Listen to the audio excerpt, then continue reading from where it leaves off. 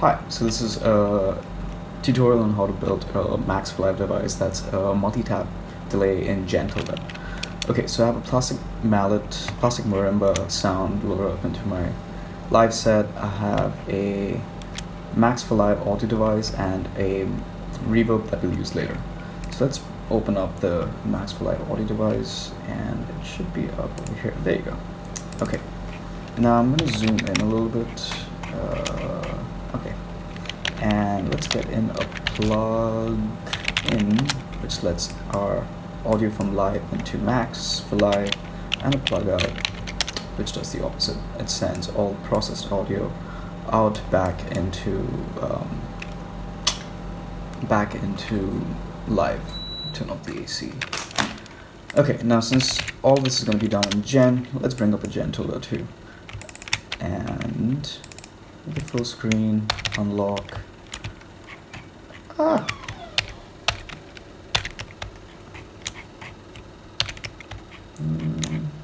Maybe that's big enough. Okay. Unlock. Let's get rid of that. So the input signal into Gen will come in from in1. The process signal will go out from out1. And we have into, which we'll use later. So let's bring up a delay operator. The first argument for the delay operator is buffer length, which we're going to set to the sample rate. Now when we say sample rate, what we're basically doing is giving a 1 second buffer. But since we want a 4 second buffer, I'm going to multiply that by 4. Now since it's a multi-tap delay, we also want multiple taps. And the second argument for the delay operator sets the amount of taps. And since we want 4, I'm going to write 4. I'm going to give the attribute of feedback1 that enables the feedback loop.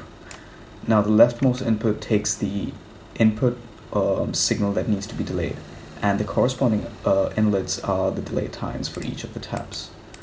Now since we need to set those externally, I'm just going to take all my ins and get 4 of them. I'm call these N2, N3, N4, and N5. You can comment the ins to say, it's just good practice. Input signal, and that shows up in your patcher outside. I'm lazy, I'm not going to do it, but that's something that you can do. So now everything in Gen works in samples, and live or Max4Live, we usually set our delay times in milliseconds because, who sets delay times in samples? So we need to convert that. Now conveniently, there's an operator called MS to SAMPS, which basically does that. And since we're going to have a delay feedback loop happening over here, which will introduce one sample, we need to get rid of that sample to be time accurate. So I'm going to do -1 over here. Cool. Now since we need 4 of these, I'm just going to copy paste them. There you go. And wait, before doing that, what we also want is we want some slide or some kind of like, we want to smooth out the time changes. When you're playing through a guitar pedal, that's a delay pedal, and you turn the time knob, you get that wobbly effect. We want to simulate that, and we can do that with the slide operator.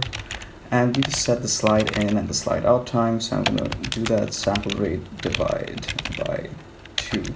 What that does is it gives us a 0.5 milliseconds slide in and slide out.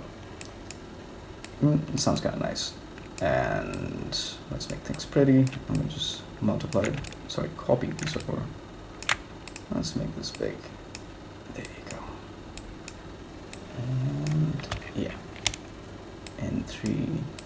N4, N5. Let's arrange that nicely. And okay, there you go. That's good. Sweet.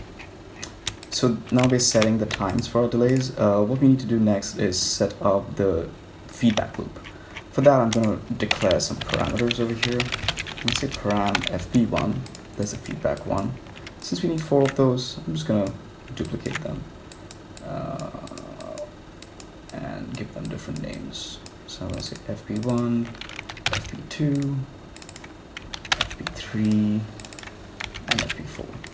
Now since we're also going to have a simple low pass filter in our delay, in a feedback loop, I'm just going to declare the parameters for that too. So feedback filter 2, feedback filter 3, feedback filter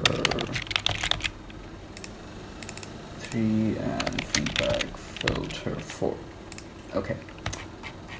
Now let's set that up. So what I'm going to do is build a really simple low pass filter with the mix and the history. So here we go, history. And this just creates a really simple low pass filter. And after that I want a DC block. And I want a multiplication for our feedback amount.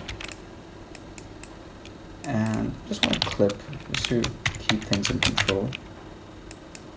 And that's the basics of our feedback loop. Cool. Let's encapsulate that. I'm going to call this housekeeping. And we're going to have 4 of these, 1 for each tab.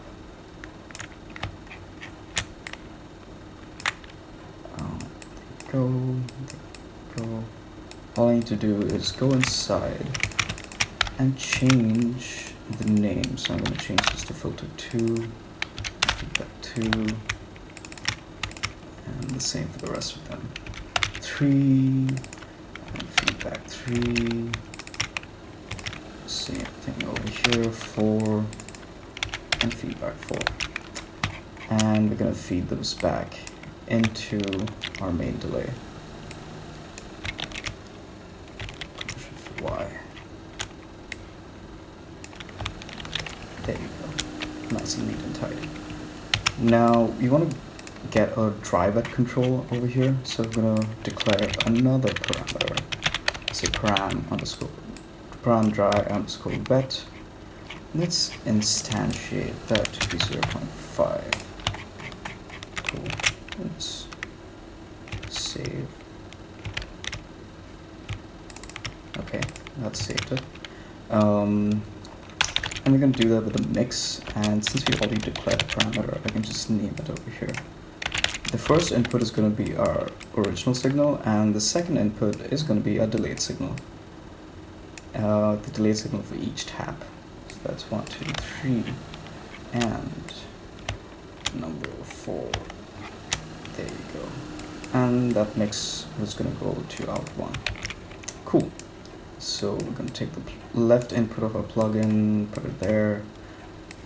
Cool. Now what we need to do is we need to set the delay times for each of the taps.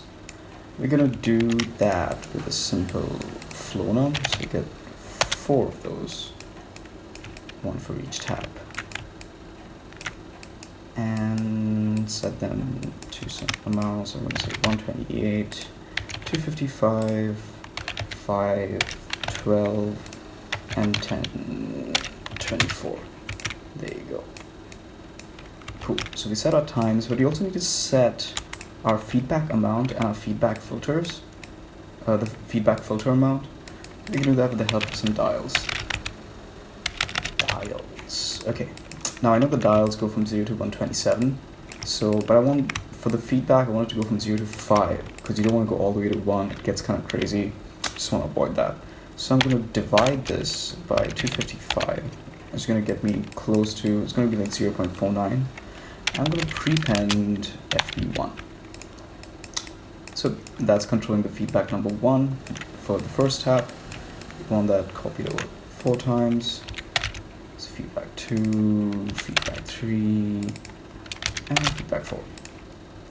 Let's all connect them to the leftmost input. Cool. And give them some arbitrary values. Let's encapsulate this, make it neat. I'm going to call this feedback farm. Okay, so we got our feedback set up. Let's set up our filter, our feedback filter amounts. So again, I'm going to get a dial. And since I want this to go from 0 to 127, since this is going from 0 to 127, I want it to go from 0 to 1, divided by 0 by 127. And let's say prepend FB filter 1. again, copy that out 4 times. It's down here for now. Move things over, make some space.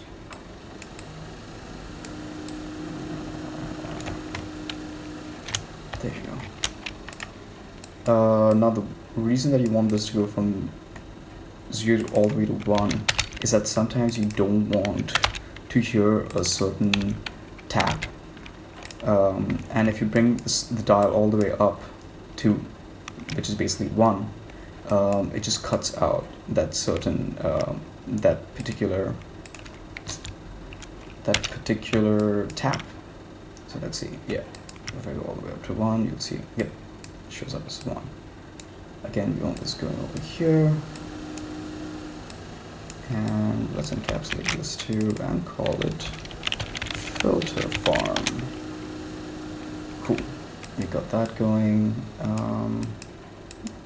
Somewhere over there is good. Now let's set up our dry vet, and the way I like to do that, now I hope this doesn't break on me again because it's happened a few times. No, I'm just not going to change the name. I'm going to bring up a live.dial. I'm going to change the prototype to be pan.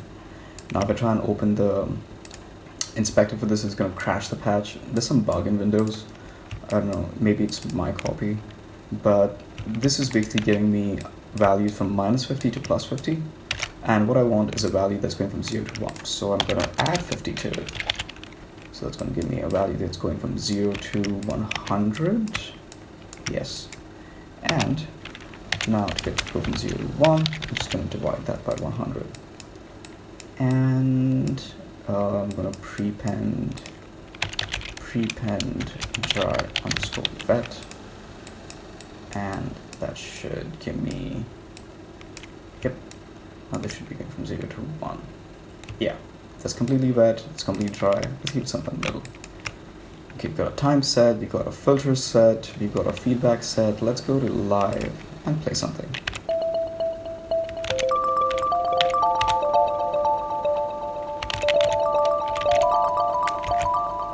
And we've got a nice sounding delay that's happening. Now this is only for the left channel. We're going to get into the right channel as well. It's fun to set different times for the left and right. It sounds kind of nice. But to make it more interesting, what we're going to do now is that we're going to bring in some pitch shifting. And we're going to do that. And we're going to bring pitch shifting in a very interesting way. We're going to bring in our pitch shifting in between our feedback loops. So let's delete these feedback loops for now, and let's get some outputs going. So I have output 1, so I'm going to get output 2, 3, 4, and 5. So let's get output 3, output 4, and output 5. So this is going here, this is going here. There you go, and output 5. There you go. So that's being set, and it's coming out over here. Here you go. So now what we want to do is we want a send and a receive, because for some reason, if you just take the output, you put it through your pitch shifting, you bring it back into the input, it kind of breaks for some reason. I mean, there's a reason why it breaks, but to mend that, we're just going to have a pair of send and receives. So I'm going to get send out 1, out 2, out 3, and out 4. So I have these going over here. And on the receives, we're gonna do our pitch shifting magic. And okay, that's all set. Let's get this boy up here. And now let's get their corresponding receives. Receive, there you go.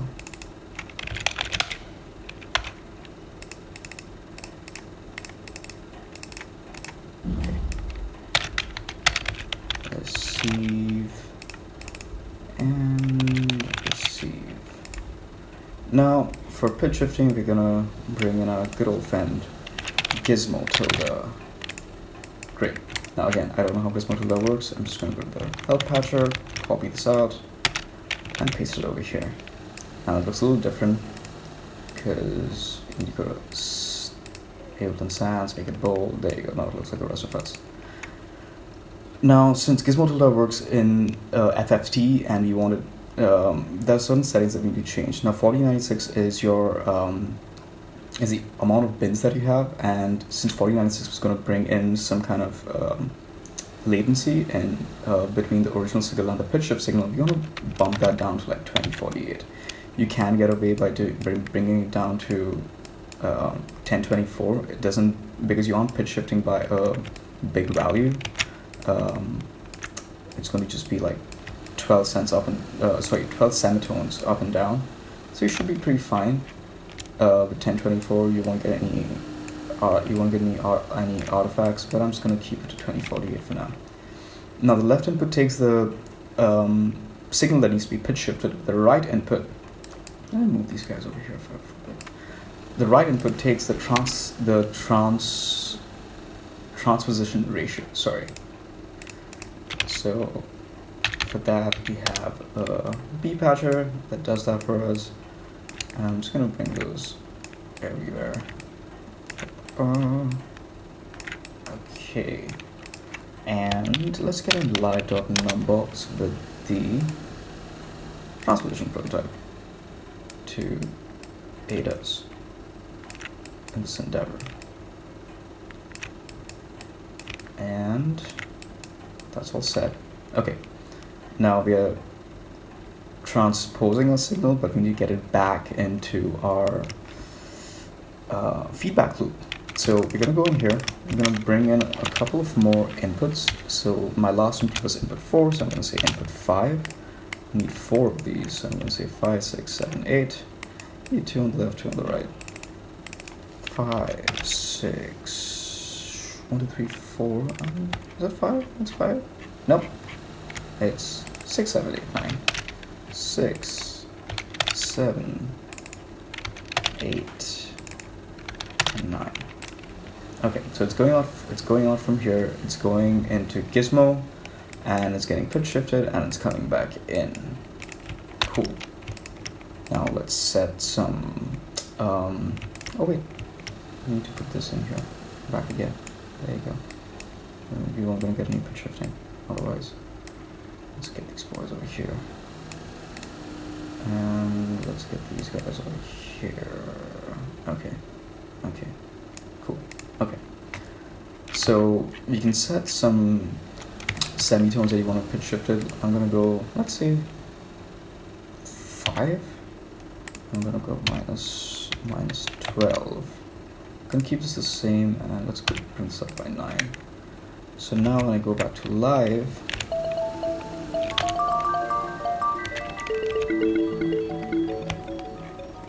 so you get some pitch shifting in between your feedback loops. And what you need to know is that when it each time the signal repeats itself, like let's say I'm going 5 semitones up from C, each time it goes through that feedback loop again, it's getting pitch shifted again up by 5 semitones, and same with minus 12. Each time it goes through that feedback loop, it's going to pitch itself down by an octave. Let's bring up the cathedral reverb, because everything sounds good through reverb.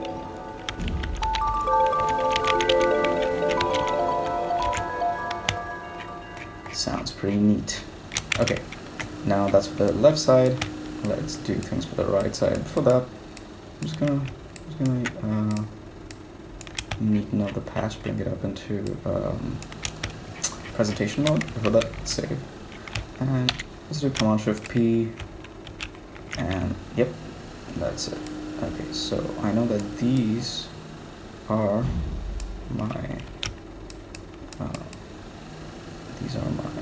feedbacks. Let me bring my feedbacks up here. I'm gonna get my filters after that for each of the taps. I'm gonna get the times for each of the taps. Make it nice and pretty. Okay.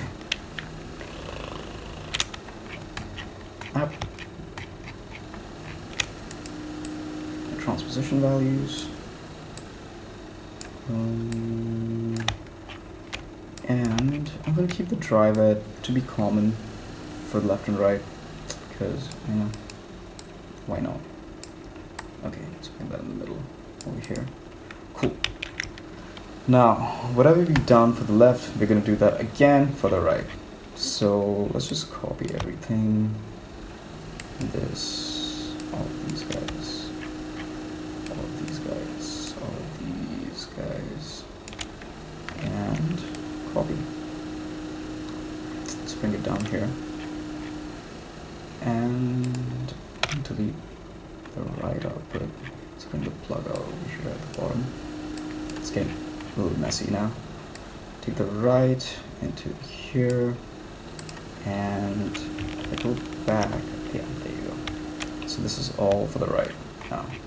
So again, take all my feedbacks. Should I mirror it? I guess I should mirror it. Be cool if I mirror it. Okay. Feedbacks. Filters.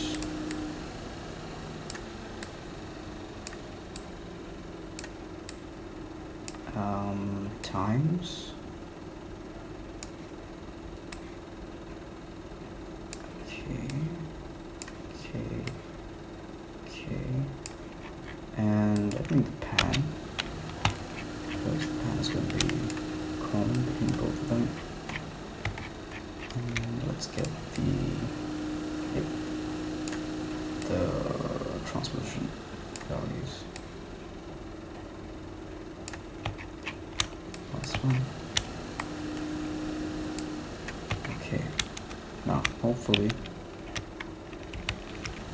no, that breaks it. If I try and get the, if I try and get the inspector open, it kind of breaks it, which is odd.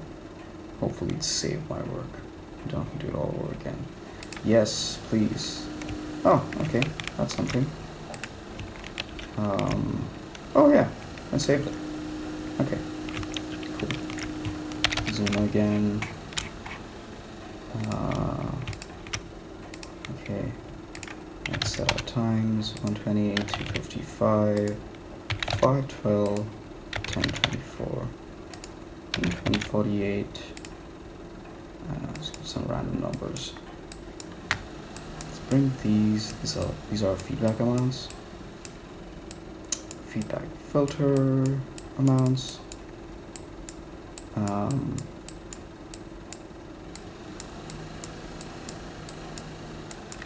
need to keep the common drive between both the patches. Okay, yeah, all work is saved. Okay. Oh, awesome. Save. Okay, then close. Wait, no. Made a mistake. Okay, it's there. There you go. Okay. Oh yeah. Should have done like a load mess. Sorry, not a load mess. Was it in live? It's not load mess. In live, it's live dot load. No, live dot object. Fuck, I can't remember. It's.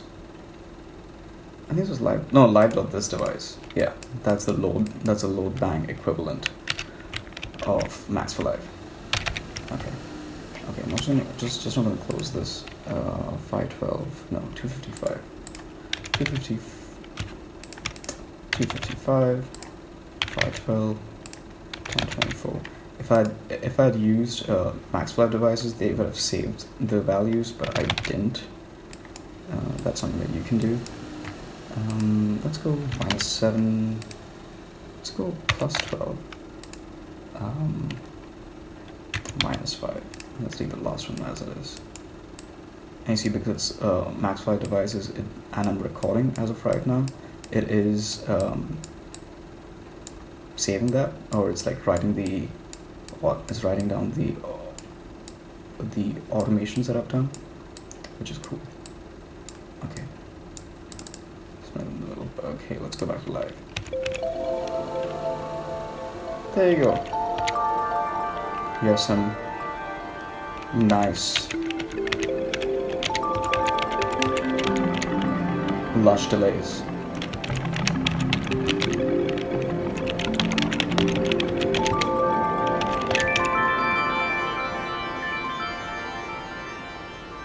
They can kind of play on forever. If you want.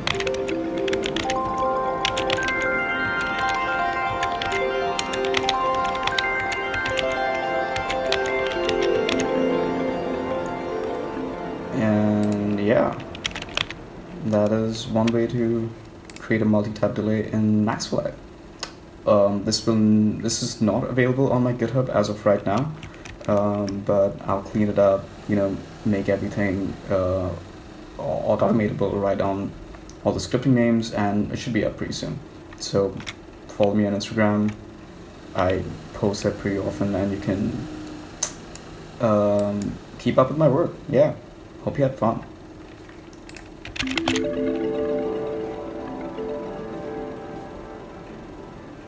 Okay, having too much fun.